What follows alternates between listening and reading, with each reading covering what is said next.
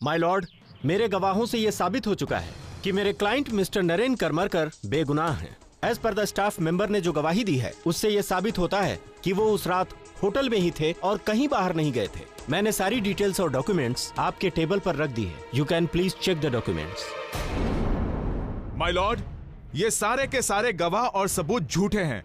या तो उन्हें प्रेशराइज किया गया है, या उन्हें नौकरी से निकाले जाने का डर दिखाया गया है, या फिर उन्हें खरीदा गया है। एडवोकेट रामकिशन, आप किस आधार पर ये सब बातें कर रहे हैं? क्या आपके पास कोई ठोस सबूत है? जी माय लॉर्ड, इंस्पेक्टर शुक्ला, जो कि इस केस का इन्वेस्टिगेशन कर रहे हैं, मैं उन्हें बुलाने की इजाजत चाहूंगा। बुलाया जाए उनको। इंस्पेक्टर शुक्ला हाजिर हो।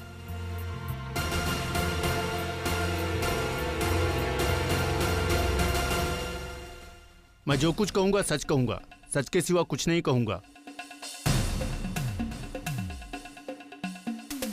इंस्पेक्टर शुक्ला, इस केस की तहकीकात आप ही कर रहे हैं? जी हाँ। तो अब तक आपको आपकी इन्वेस्टिगेशन में क्या पता चला है, जरा आप कोर्ट को बताइए। माय लॉर्ड, हम तहकीकात तो कर रहे हैं, लेकिन अब तक हमें मिस्टर नरेन करमरकर का इस एक्सीडेंट में इन्वॉल्व होने का कोई सबूत नहीं मिला है। इनफैक्ट हमें जो आई विटनेस मिला है उससे पता चला है कि वो कोई और आदमी था। उस आई विटनेस को कोर्ट में हाजिर किया जाए।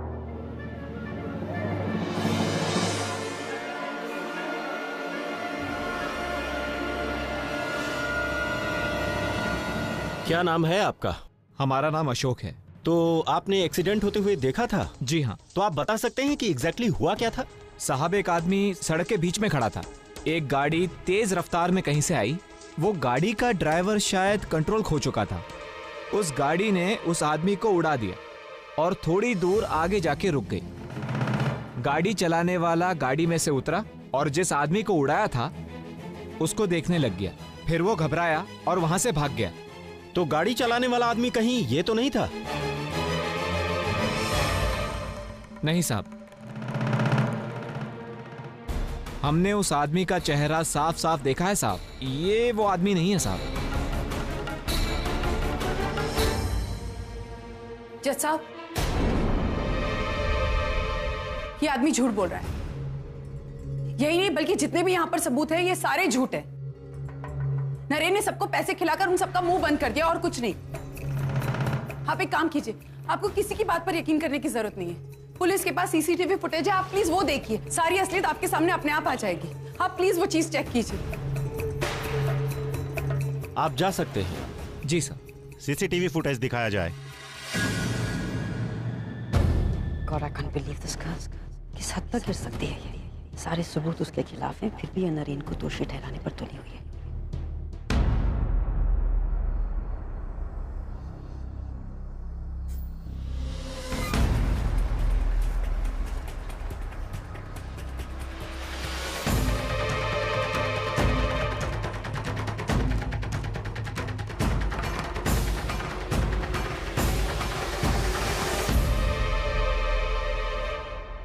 प्रोसिक्यूशन, आपके पास कोई एक्सप्लेनेशन है? Yes my Lord. My Lord, उस रात मौसम बहुत खराब था और बारिश भी बहुत हो रही थी और सीसीटीवी में कुछ भी कवरेज नहीं हुआ था। तो मेरी अदालत से गुजारिश है कि सीसीटीवी के कवरेज को सबूत न मानकर मेरे पेश किए हुए गवाह और सबूतों को मद्देनजर रखते हुए मैं चाहता हूं कि अदालत अपना फैसला सुनाए।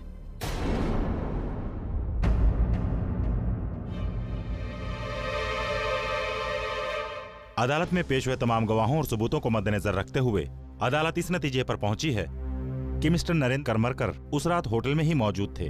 उनका इस एक्सीडेंट केस से कोई लेना देना नहीं है,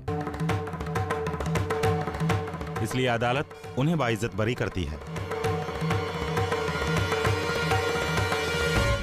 और मिस अंकिता महात्रे और उनके वकील को वार्न करती है कि आइंदा किसी और पर यह झूठा इल्जाम ना लगाएं, वरना उन पर भी सख्त कार्रवाई हो सकती है। और अदालत मानती है कि मिस्टर रणविजय का एक्सीडेंट दुर्भाग्यपूर्ण था। उनके परिवार के प्रति कोर्ट संवेदना रखती है और पुलिस को आदेश देती है कि इस केस की ठीक से तहकीकात की जाए। The court is adjourned.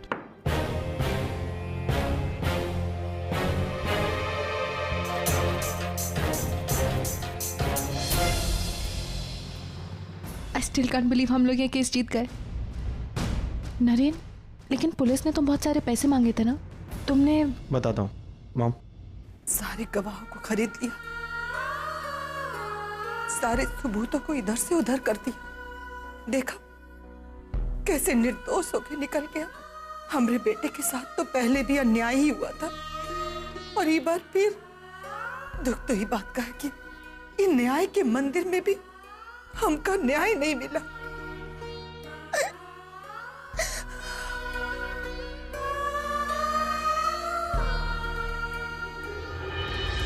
Karmarkar के पास पैसों की कमी थोड़ी ना है ना? और तो और इनके पास इतना पैसा है कि पैसों से न्याय तक खरीद सकते हैं। राइट मिस्टर नरेन करमरकर, यही आपके पैसे के बलबूते पर तो यहाँ पे केस जीते हैं। बताइए कितने पैसे दिए आपने? अंकिता, एक सेकेंड रुशाली मैम,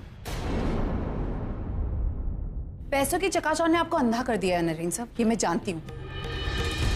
हो सके ना तो अपनी आंखें खोलकर बाकी दुनिया को देखने की कोशिश कीजिए। ये देखिए रणविजय की माँ, इनकी रो रो के हालत बुरी हो गई। इनके पिता, उनका भाई, पूरा खानदान यहाँ बैठा हुआ है। रणविजय जिसकी कोई गलती नहीं थी आज वो कोमा में, सिर्फ आपकी वजह से, सिर्फ आपकी गलतियों की वजह से। और आप यहाँ क्या कर रहे हैं? हाँ, अपने पैसों के दम पर इस केस को जीतने की कोशिश की आपने। जीत गए केस, खुशी मिल गई आपको। नरेन साहब, मुझे पता था कि आप बदल गए, लेकिन आप इतना गिर सकते हैं मैंने कभी नहीं सोचा था। आज आपने फिर वही कर दिया नरेन साहब, अपने आप को बचाने के लिए किसी और की जिंदगी दांव पर लगा दी। आज आपने फिर वही कर दिया नरेन साहब, अपने आप को बचाने के लिए किसी और की जिंदगी दांव पर लगा दी। और रुशाली मैम, आपकी तो ये पुरानी आदत है कि लोगों के मुंह पर पैसे फेंको और उनकी जिंदगियां खरीद लो। यही तो किया है आपने हर बार, है ना? लेकिन अब तक मैं आपका सब कुछ सहन करती आई हूं। मेरी गलती ना होके भी मैंने हमेशा माफी मांगी है, लेकिन आपने उसी माफी को मेरी कमजोरी समझा। कोई बात, लेकिन इस बार सवाल मेरा नहीं है। इस बार सवाल एक ऐसे परिवार का है जिसकी कोई गलती नहीं, रणविजय का परिवार। रणविजय के लिए मैं लड़ूंगी। मैं जानती हूं कि आप लोग अपनी तरफ से पूरी कोशिश करेंगे, लेकिन मैं आपसे वादा करती हूं कि इस बार रणविजय को इंसाफ मिलेगा। इन सबको इंसाफ मिलेगा, ये मेरा वादा है। भले ही केस आप यहां जीत गए, लेकिन याद रखना भगवान के पास अभी भी वो केस चालू है, एंड आई एम श्योर कि वो केस मैं ही जीतूंगी,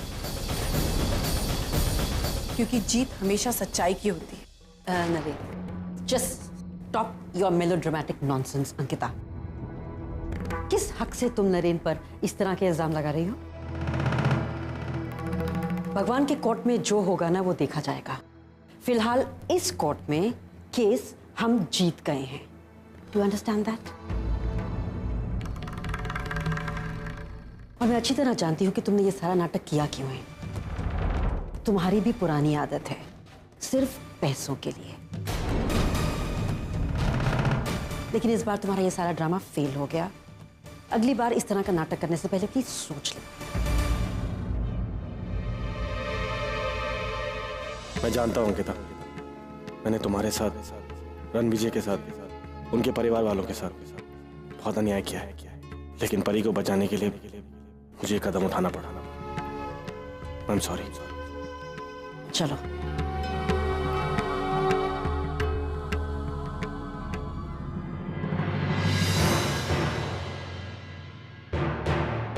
क्या मैं आपसे अभी बात कर सकती हूँ? पता नहीं अंकिता से पीछा कब छूटेगा। थैंक गॉड हम केस जीत गए। मॉम, ये केस तो हमें जीतना ही था। अंकिता अंदर ठीक कह रही थी। सारे आई विटनेस और सबूतों को मिटाने के लिए मैंने पैसे खिलाए थे, परी को बचाने के लिए। मॉम, गाड़ी मैं चला रही थी। परी प्लीज स्टॉप द कार, धीरे चलाओ। मैं कह रहा हूं तुम्हें, देखो कुछ भी हो सकता है। ये परी प्लीज, परी देखो, देखो वो सामने देखो।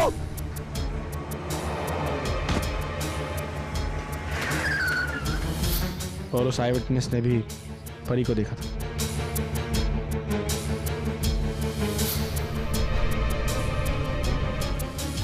और सीसीटीवी फुटेज में भी सब कुछ क्लियरली दिख रहा था। तो तुमने मुझसे झूठ क्यों बोला? मैंने तो सोचा था कि गाड़ी नरेन चला रहा था। आई एम सॉरी मॉम, मुझे झूठ बोलना पड़ा क्योंकि मैं कोई रिस्क नहीं लेना चाहता था। यहाँ से अगर फ़ोन पे आपको बताता और कोई टैप कर लेता तो पहले मुझे लगा मैं अपने में ब्लेम ले लेता हूँ, फिर रिश्वत नहीं देनी पड़ती और शायद बच जाते। लेकिन इन्वेस्टिगेशन काफ़ी आगे बढ़ गई थी and there was no way out, इसलिए मैंने ये स्टेप लिया। मॉम लेकिन आपसे मेरी एक रिक्वेस्ट है, आप प्लीज़ अंकिता का बुरा भला मत कहिए, इसमें उसकी कोई गलती नहीं है। वो जो कर रही है अपनी जगह सही है। Let it be. अब मुंबई चलते हैं, यहाँ से जाके सीधा आशी को पिक करेंगे और फिर एयरपोर्ट। मुझे जल्द से जल्द घर पहुँचना है। घर? पर अब जाने को कोई घर नहीं है। मतलब मैंने घर बेच दिया। क्या? घर बेच दिया? क्या बोल रहे हो तुम? पुलिस ने 4 करोड़ मांगे थे। कहाँ से लाता मैं 4 करोड़? मुझे स्टेप उठाना ही पड़ा, इसलिए मुझे घर का एडवांस मिल गया। बाकी पैसे धीरे धीरे आ जाएंगे, लेकिन अब कहने को कोई घर नहीं रहा। Have you lost it? I'm sorry, Mom.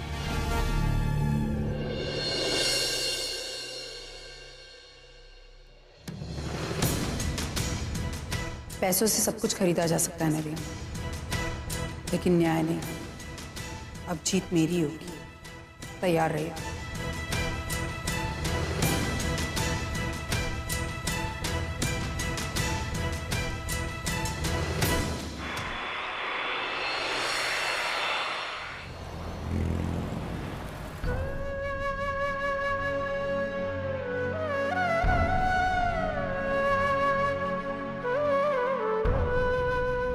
I'm finding you down. You're doing makeup. इधर आओ, दिखाता हूँ शीशे में। मंकी जैसी, वो देखो, देखो मंकी, मंकी और किस डैडा? इसलिए तो ऑलिव नहीं है। तो कोई बात नहीं, हम ऑलिव के बगैर पिज्जा खाएंगे।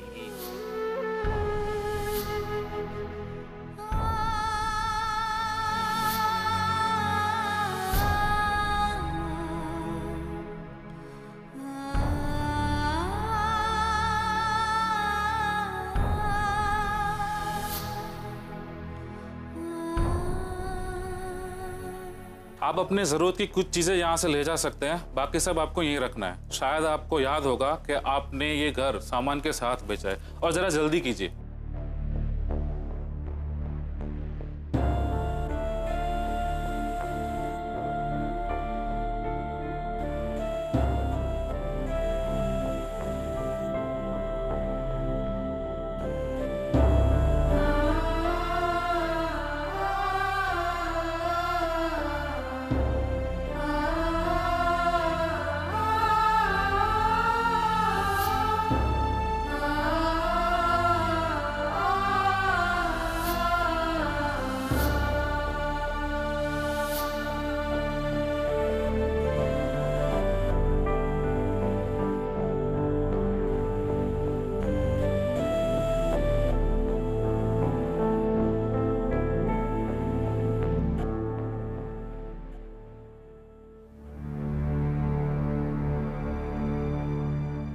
गलती मेरी। ना मैं तुम लोगों को आगरा भेजती, ना वो एक्सीडेंट होता, ना ये सब।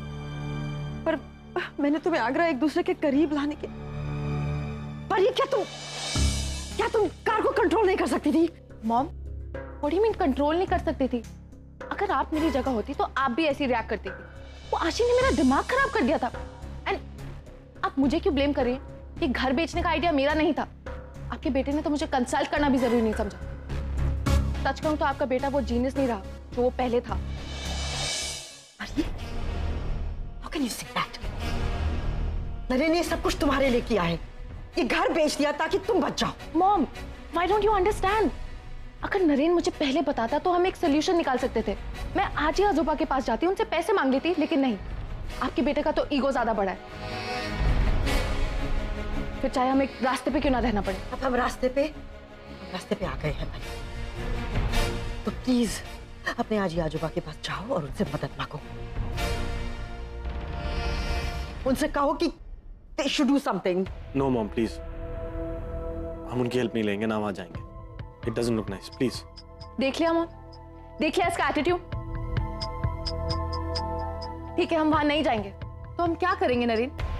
कहाँ रखोगे हमें? फुटपाथ पे? ओ कम ऑन परी, कोई फुटपाथ पे रहने नहीं जा रहा है. इतने खराब दिन नहीं आए हमारे. और नरेंद्र अश्योर कर तो रहा है ना कुछ ना कुछ करेगा. अश्योरेंस? डैड, अश्योरेंस से कुछ नहीं होने वाला है. आपके बेटे ने अभी तक कुछ भी नहीं किया है. पहले नरेंद्र ने अपनी कंपनी बेच दी और अब ये घर. अगर हमें अपनी नॉर्मल लाइफ वापस चाहिए तो हमें आजोबा के पास जाना होगा एंड दैट्स फाइन. लेकिन परी डैड प्लीज, मैं आजोबा के पास जा रही हूँ. परी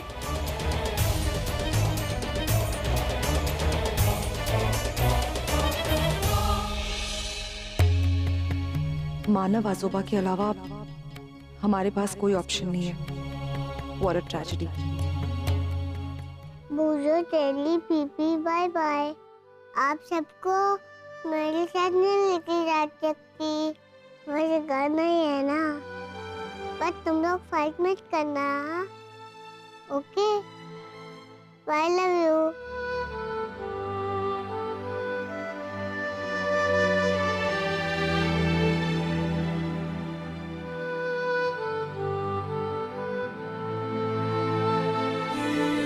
आशी बेटा, चले? तारा को बुरा लग रहा है. Are you sad? Lexful daddy? नहीं बेटा, दादा सैड बिल्कुल नहीं. वो बहुत खुश है क्योंकि तुम उनके साथ हो ना.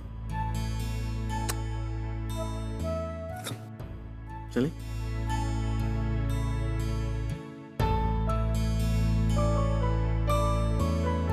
Dada, my favorite teddy. This one? Yes.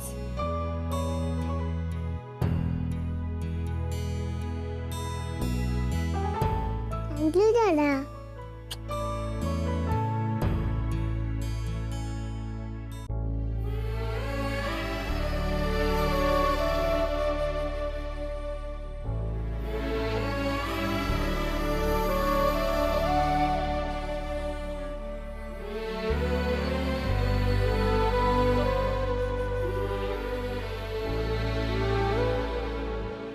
Ankita, तुम्हारे बालों में कुछ लगा. क्या हुआ?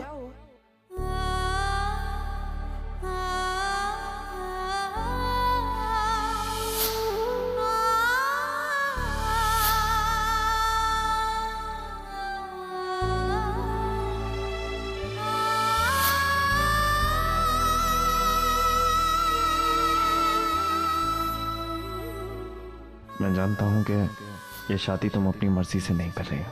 कुछ तुम्हारी ममता है और कुछ मजबूरी. लेकिन जब तक तुम अपने दिल से मुझे अपना पति नहीं मानती, तब तक मैं भी तुम पर कोई अधिकार नहीं जताऊंगा. शादी के बाद भी हमारा रिश्ता पहले दोस्ती का होगा, बाद में पति पत्नी का. रणविजय, हम ये केस हार गए सिर्फ पैसों की वजह से. ऐसा क्यों होता है रणविजय हमेशा कि पैसा जीतता है, सच्चाई की कोई कीमत ही नहीं. रणविजय, मैंने नरेंद्र सर से बहुत प्यार किया क्योंकि वो एक बहुत अच्छे इंसान थे और वो थे. लेकिन आज जो मैंने देखा वो नरेंद्र कोई और ही था जो अपने आप को बचाने की कोशिश कर रहा था. जो आपने मेरा बहुत साथ दिया रणविजय. मैं चाहकर भी आपका एहसान कभी नहीं चुका पाऊंगी. आपने हमेशा एक दोस्त बनकर, एक रक्षक बनकर मेरी रक्षा की, मेरी हर जगह मदद की.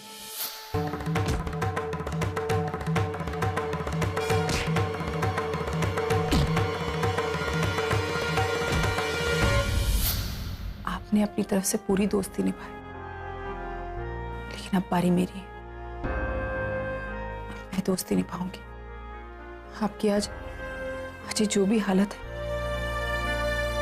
मुझे ऐसा लग रहा है जैसे कहीं ना कहीं मेरी वजह से ये सब कुछ हो रहा है रणविजय. इसलिए मैं चाहती हूँ आपके साथ मुंबई चले. मैं आपको ठीक करूंगी. और जिन लोगों ने आपके साथ गलत किया है मैं उनसे बदला लूंगी और मैं लूंगी। मुझे किसी से डर नहीं लगता। नरेन ने आपका एक्सीडेंट किया है तो उसको सजा जरूर मिलेगी। मैं उन्हें सजा दिलाऊंगी। अब दोस्ती निभाने की बारी मेरी है और मैं निभाऊंगी। और हाँ,